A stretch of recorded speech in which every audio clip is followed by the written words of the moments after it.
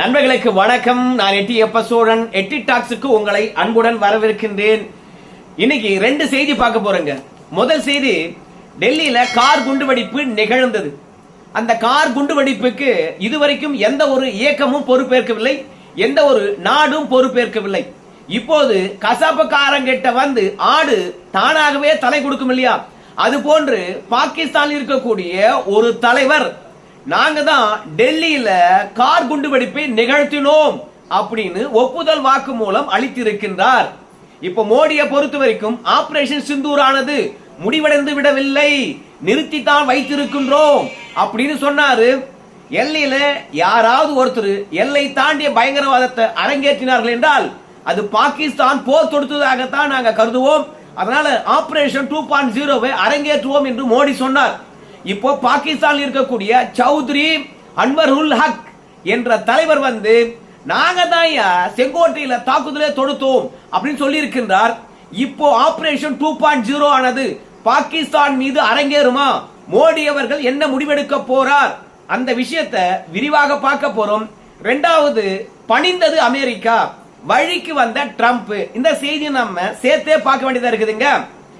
ஏற்கனவே என்ஐஏ பொறுத்த வரைக்கும் இந்த கார் குண்டுவெடிப்பு தொடர்பாக தீவிரமாக விசாரித்துக் கொண்டு வருதுங்க. ஆனால் அந்த விசாரணையில பல்வேறுபட்ட தகவல்கள் கிடைத்துக் கொண்டே இருக்கிறது. அதுல ஒரு முக்கியமான தகவல் என்ன வந்திருக்குன்னு கேட்டீங்கன்னா, இந்த கார் குண்டுவெடிப்பை நிகழ்த்தினவர்களாக இருக்கலாம், பின்னாடி இருந்து சதி செய்தவர்களாக இருக்கலாம், எல்லோருமே டாக்டர்கள் என்று உங்க எல்லாருக்குமே தெரியும். அது மட்டும் கிடையாது, இந்த டாக்டர்களை பொறுத்த வரைக்கும் எங்க வேலை பார்த்தவங்க அப்படின்னு சொல்லிக்கின்ற போது ஹரியானாவில் பரிசாபாத்தில் இருக்கக்கூடிய அல்பலா யூனிவர்சிட்டியில வேலை பார்த்தவங்க.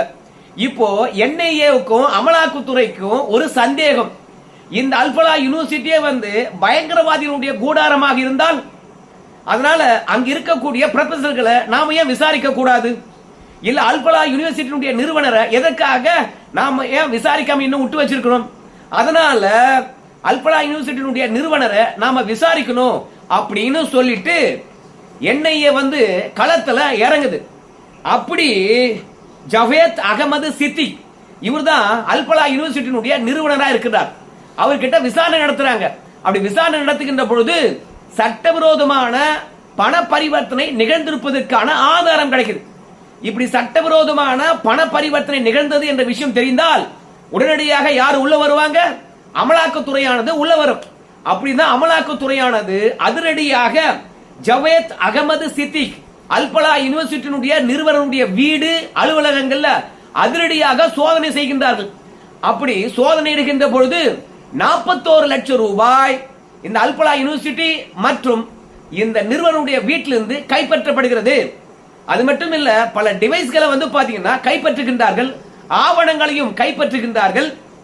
பிறகு இந்த ஜவாத் இருக்கார் இல்லையா, அல்பலா யூனிவர்சிட்டியுடைய நிறுவனர், அவரை விசாரிக்கிறாங்க. அப்படி விசாரிக்கின்ற பொழுது முன்னுக்கு பின்னா முரணாக வந்து பாத்தீங்கன்னா பதில் அளிக்கின்றார். அப்பவே என்ஐஏக்கும் அமலாக்கத்துறைக்கும் ஒரு சந்தேகம் வந்து விடுகிறது.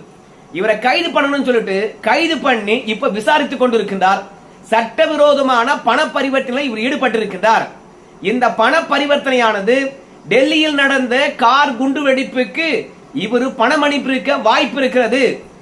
இந்த உமர் நபி சொன்னோம் இல்லையா, கார் குண்டு வெடிப்பை நிகழ்த்தினவன், அவன் அக்கௌண்ட்டுக்கு இந்த சித்திக் அவர்களை பொறுத்த வரைக்கும் பணம் அனுப்புனது வந்து பாத்தீங்கன்னா தெளிவா என்ஐஏ கண்டுபிடிச்சிருக்குது, அமலாக்கத்துறையும் கண்டுபிடிச்சிருக்கு.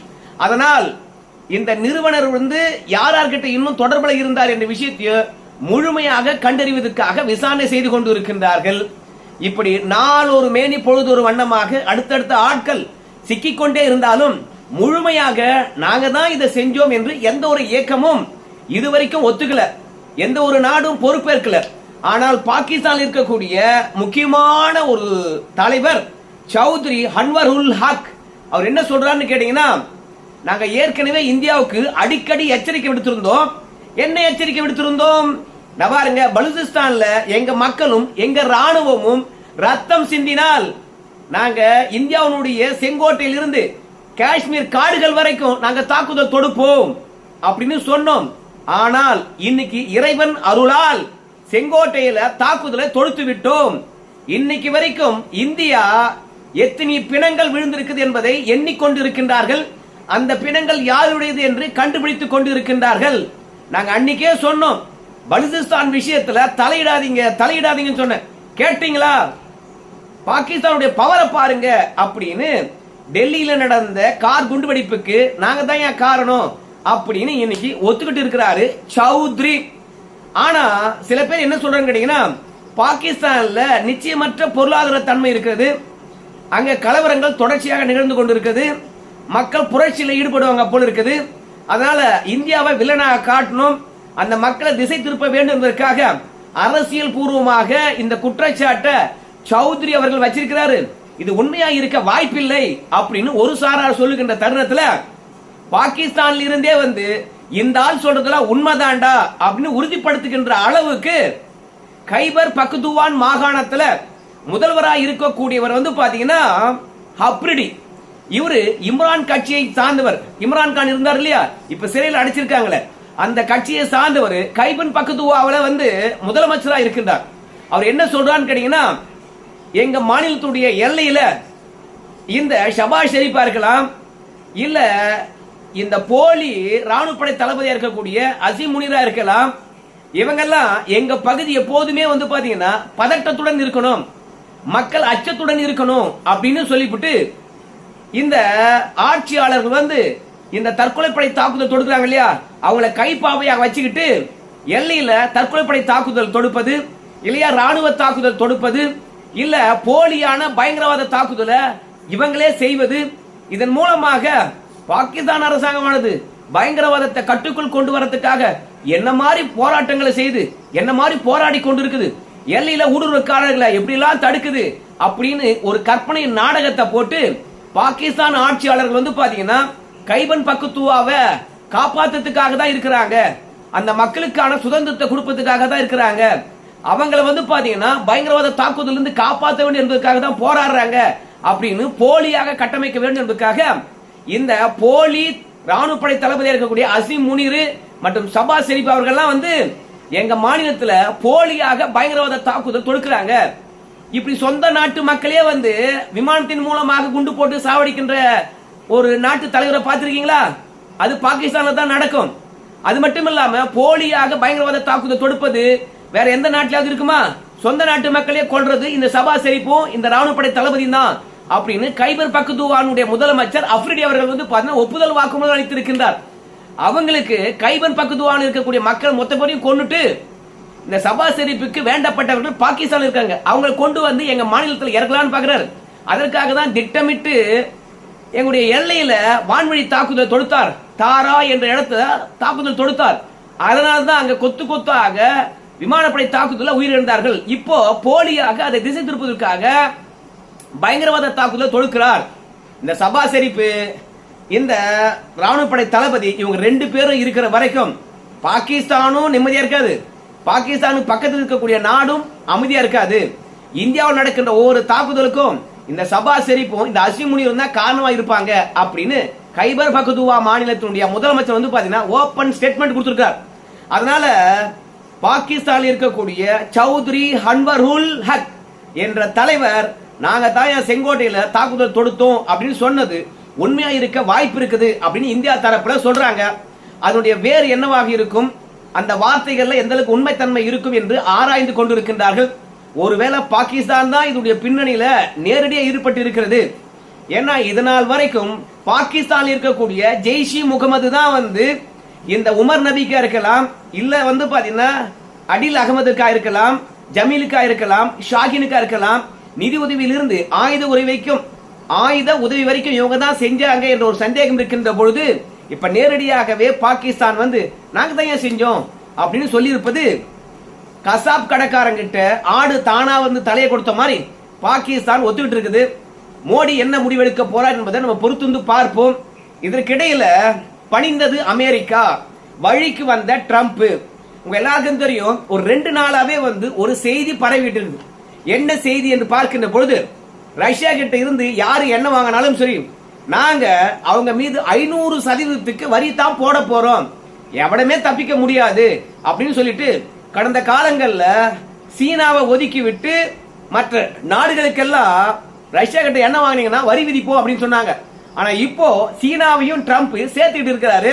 தொடர்ச்சியாக எண்ணெய் வாங்கினீங்கன்னு வச்சுங்களேன், அவ்வளவுதான் 500% வரி போடுவோம் அப்படின்னு சொல்லியிருக்காங்க.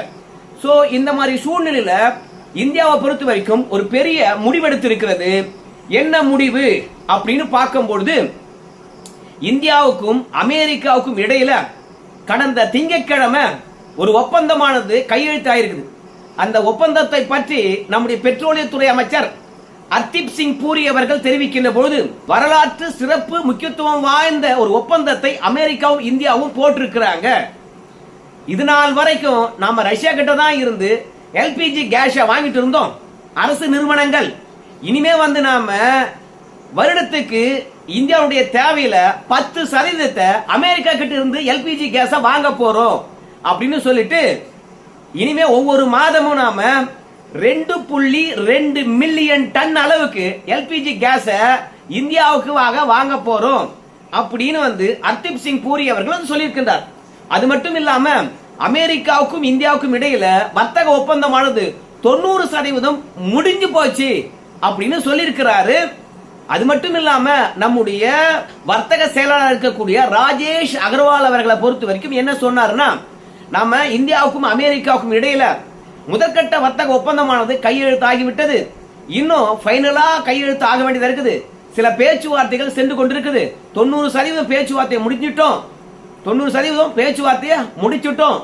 இந்தியாவுக்கும் அமெரிக்காவுக்கும் இடையில வரலாற்று முக்கியத்துவம் வாய்ந்த வர்த்தக ஒப்பந்தத்தை நம்ம போட போறோம் அப்படின்னு சொல்லிக்கின்ற பொழுது, இப்ப திடீர்னு ரஷ்யா கிட்ட இருந்து எல்பிஜி கேஸ வாங்க போறது இல்ல.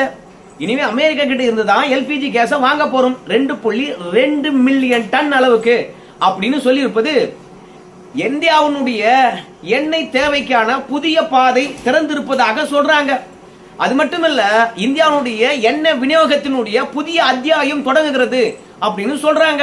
உண்மையாகவே மத்திய ஆசியா பகுதியில் இருக்கக்கூடிய நாடுகளை விட்டுட்டு, ரஷ்யாவை விட்டுட்டு அமெரிக்கா கிட்ட நாம எல்பிஜி கேஸ வாங்குறோம்னு வச்சுங்களேன், அது உண்மையாகவே இந்தியாவுக்கான புதிய பாதையா அப்படின்னு பார்க்கும்பொழுது, நம்ம இந்திய கொள்கை என்ன என்ன விஷயத்துல 147 கோடி பேர் இருக்காங்க நம்ம நாட்டில். அத்தனை பேருடைய எண்ணெய் தேவையை நம்ம பூர்த்தி செய்யணும். அவனுடைய எண்ணெய் பாதுகாப்பை நம்ம உறுதிப்படுத்தணும். அதுக்கு நம்முடைய எண்ணெய் வாங்குகின்ற கொள்கை என்ன?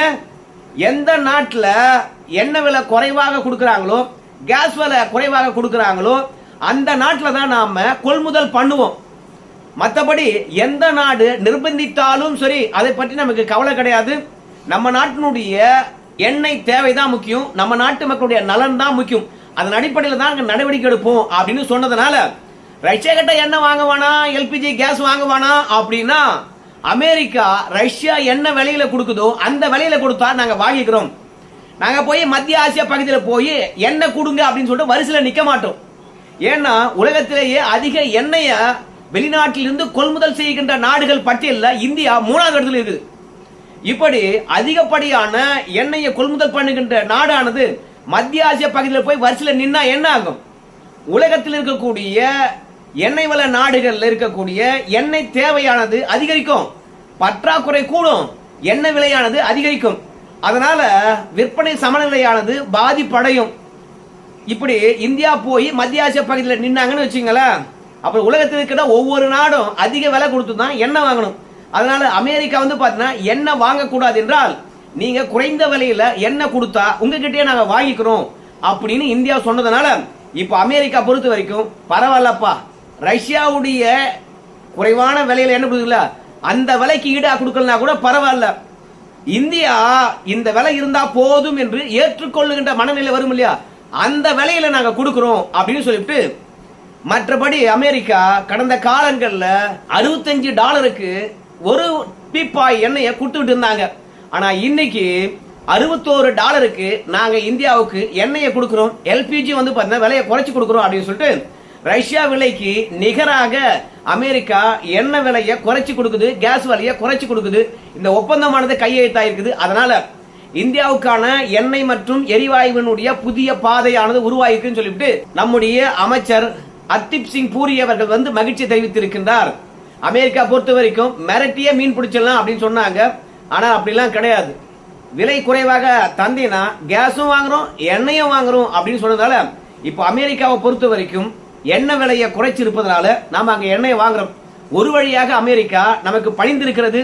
ட்ரம்ப்பும் ஏப்பா அவங்கிட்ட போறத விட ஒரு 2 ரூபாய் குறைச்சு கொடுயா, அமெரிக்கா கிட்டயே வந்து கேஸ் வாங்கிக்கிட்டோம் அப்படின்னு நம்ம இந்தியாவுடைய வழிக்கு ட்ரம்ப் வந்திருக்கின்றார்.